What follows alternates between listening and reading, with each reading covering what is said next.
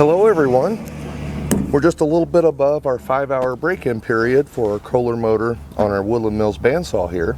So I'm going to change the oil first thing, and we'll get that done, and then we're going to do a little bit of cleanup around this place. As you can see, I've got quite a bit of sawdust laying in the way, and that's part of it. So let's get started. Let's get the oil out of here first, and then we'll continue with the cleanup process, which won't be too bad. I've ran the saw for about 10 minutes to get this stuff warmed up. That way the oil will flow out of the engine block here a little easier. I'm going to make sure I don't have any sawdust down here that could possibly get its way back into the motor.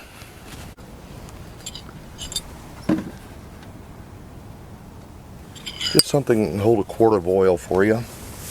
I have a 17mm wrench and a 13mm wrench. We're going to take our drain plug loose.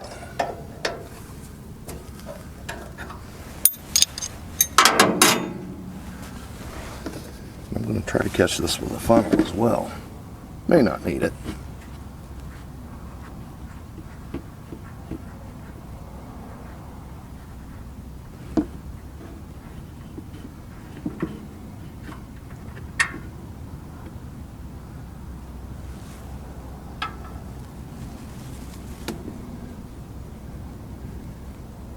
And loosen this cap up so it'll breathe a little easier.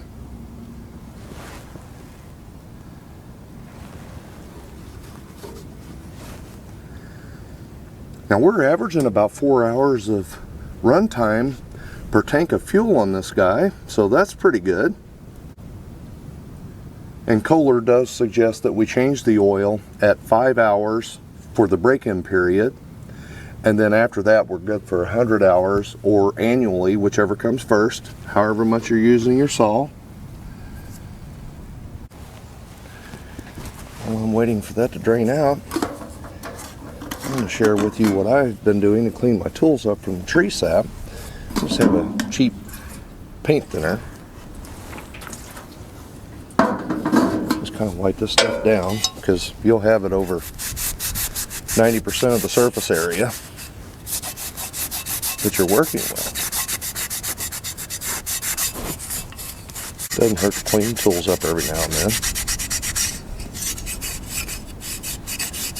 And when we get done sawing these boards over here, I'm going to show you something I figured out yesterday. It's been a big help. Get that down.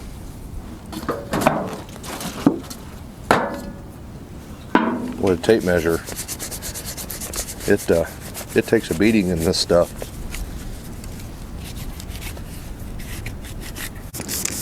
Well, we've got it ready for round 2, and that turned out pretty clean back here, guys.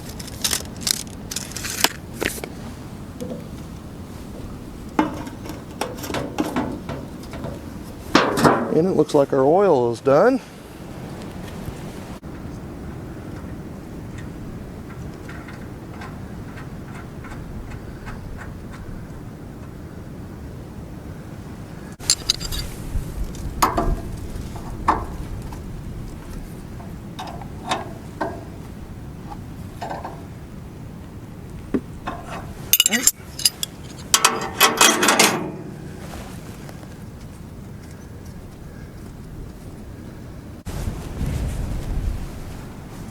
Wipe this guy down so we don't have any oil residue to where that sawdust to have something to stick to, which it's probably going to anyway.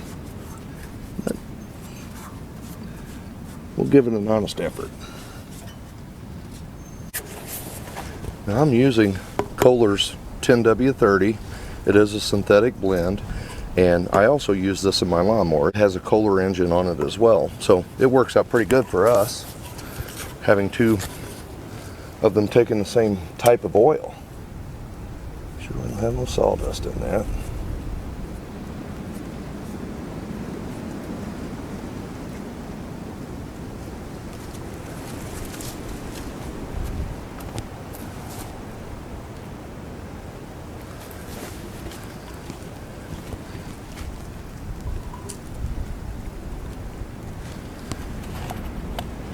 And we should hold exactly a quart here. Right before I get to the last part of this, I will check it.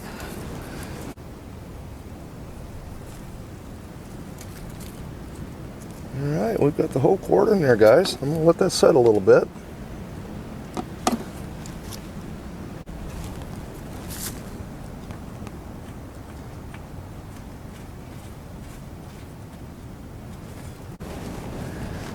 What I started doing with my live edge boards, I've tried to group them in groups of 3 to 5 boards and the same thickness as close as I can get them. But I've leveled up here with the live edge as best I could, and then clamped in here and made sure that our boards is running primarily level. And then when we saw this guy off, I'm going to come down here and catch right to where it starts to make good square lumber for us, and saw all 3 of these at one time. And then I can flip them over. We'll have a finished edge at that point, and then we can saw off to the width of board that we want. And that's worked real well. It's a good time saver, as well as making a stack of lumber that is the same size. But since we've changed the oil, I did check my air filter and made sure that it was clean.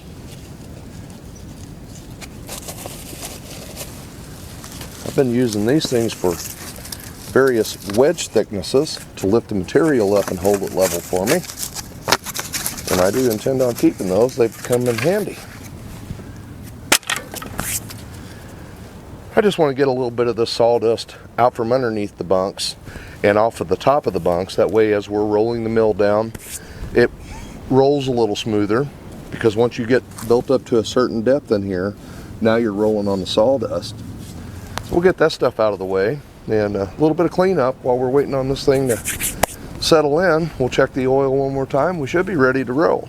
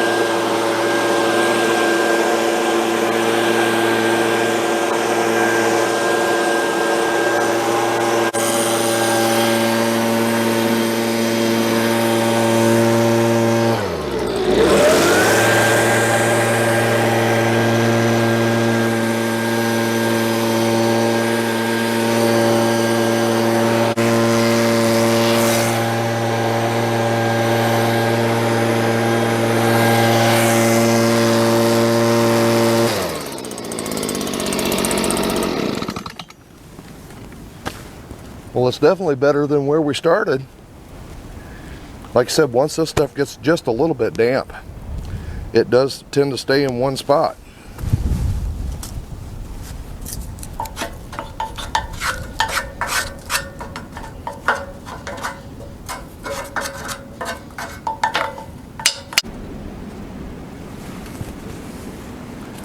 Alright guys, just below the top of the cross hatches there, we're set.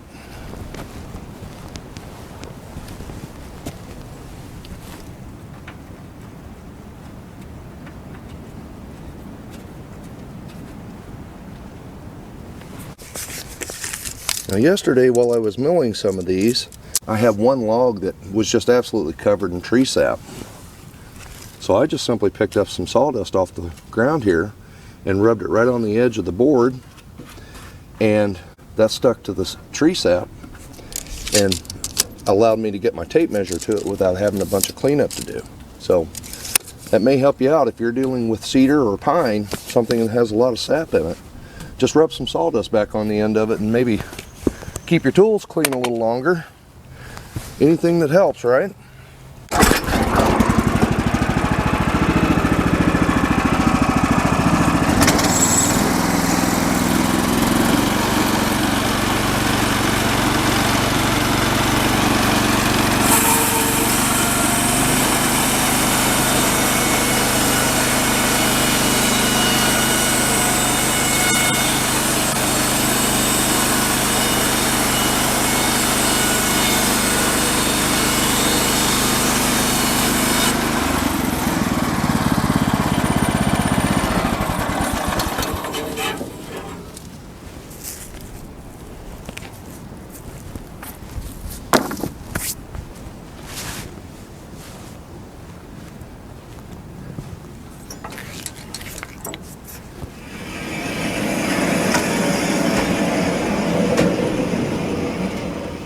Now that we have that rough edge gone, this stuff's going to set down really level for us.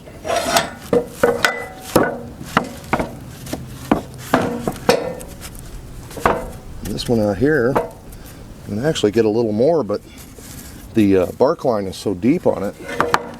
And I think we're just going to turn it into some 1x4s.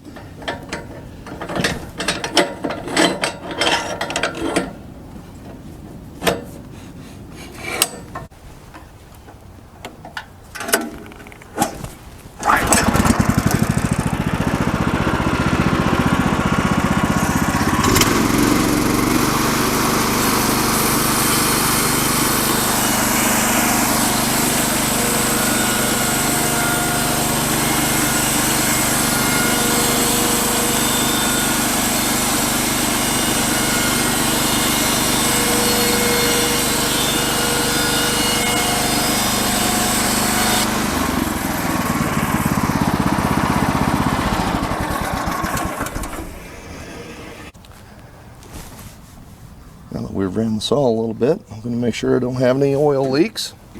And I wish everything was that simple to change oil in. That was a breeze, guys. And I hope you're enjoying your sawmill as much as we are this thing. This has been a lot of fun and a great way to make material. And you can see that we have a few trees we can work with.